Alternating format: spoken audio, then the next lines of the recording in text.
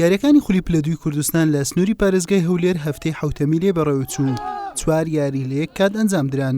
لەسەر یارگای خۆی زانکۆی جیهانی پێشەنگ میوانداری تەقتەقی کۆتایی ڕێزبەندی کرد. دوای تێپەڕبوونی 8 خولەک ئیسماعیل یاسین گۆڵ یەکەمی بۆ زانکۆی جیهان تۆمار کرد. لە خولەکی 36 کامران محەممەد گۆڵی دوێمیشی بۆ زەرد پۆشانی خاوەن ماڵ زیاد کرد.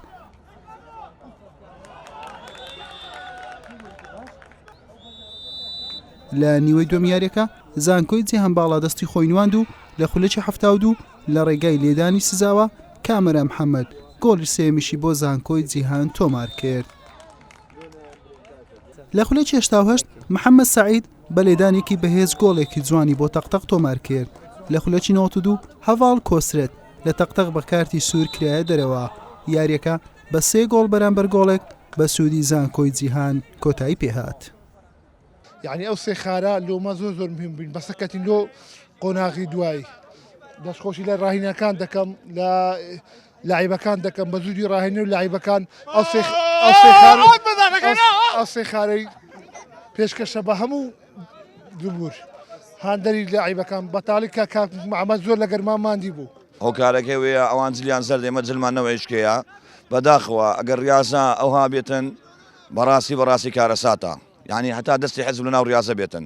3 هۆکار هەبوو من دۆڕایم فەریقم زۆر لەوی باشتر بووە. هۆکاری یەکەم کە ئەوە حەکەمە هەموو پشتگیرێکیوان دەکا. هۆکاری دووەم من لە ئینفرادم لە لاعیبیندای ڕای نەگرتیە کە گەیشتە ئینفراد گەیشتە ناو گۆڵ زادرەیە فاوڵە.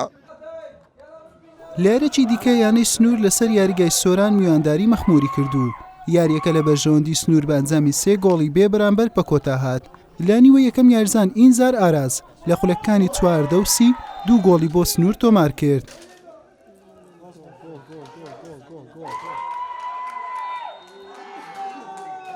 لە نیوەی دووەم یاریزان زانیار جەعفەر لە خولەکی 76 گۆڵی سێمیشی بۆ یانەی سنوور تۆمار کرد.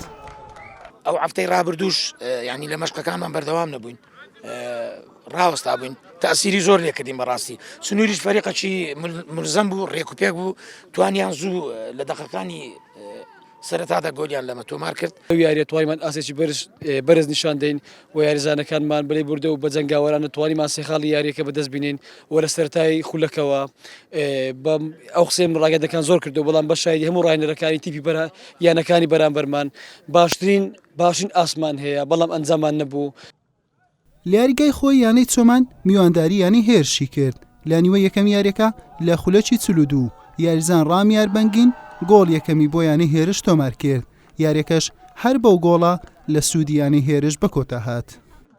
بەداخەوە ئەوڕۆ لە نێو یاریگای خۆمان یەکەم یاریە لە نێو یاریگای خۆمانەکەینەوە ساڵ نەمانتوانی بەڕاستی سەرکەوتوو بین مۆفەق بین لە گۆڵکردن. فورسەی یەکجار زۆرمان هەبوو لە تایمی یەکەمەوە چەندین فورسەمان هەبوو تایمی دووەم بە هەمان شێوە فورسەمان هەبوو. ئیدی یاسای تۆپی پێ وایە ئەگەر گۆڵ نەکەی گۆڵ دەخۆی. لە کۆتا یاریش خەبات و ڕواندز ڕوبەڕوو یەکتر بوونەوە. یاریەکە بە 2 گۆڵ بۆ هەر لایەکانی و بە یەکسانی بە کۆتا هات. بەم شێوەیە دوای تێپەڕبوونی 7 هەفتە بەسەر یاریەکان زانکۆی جیهان بە 7 یاری خاوەنی 16 خاڵە و لە پلە یەکەمە و گەیشتنی بۆ قۆناغی داهاتوو سۆگەر کرد. ڕواندوزیش بە 5 یاری خاوەنی 11 خاڵە و لە خانەی دووەمە. خەبات بە ئەنجامدانی 5 یاری خاوەنی 9 خاڵە و لە خانەی سێمە. مەخموریش بە 6 یاری خاوەنی 8 خاڵە و 4مە. هێرش خاوەنی 6 خاڵە و سنوور 5 خاڵ و چۆمان 4 خاڵ و تەقتەقیش تاکە خاڵێکی هەیە. یاریەکانیش بە یەک قۆناغ ئەنجام دەدرێت و هەر یانێک 7 یاری دەکات. دویانە دەگەنە قۆناغی کۆتایی. حوسێن محەممەد کەناڵی ئاسمانی پێم هەولێر.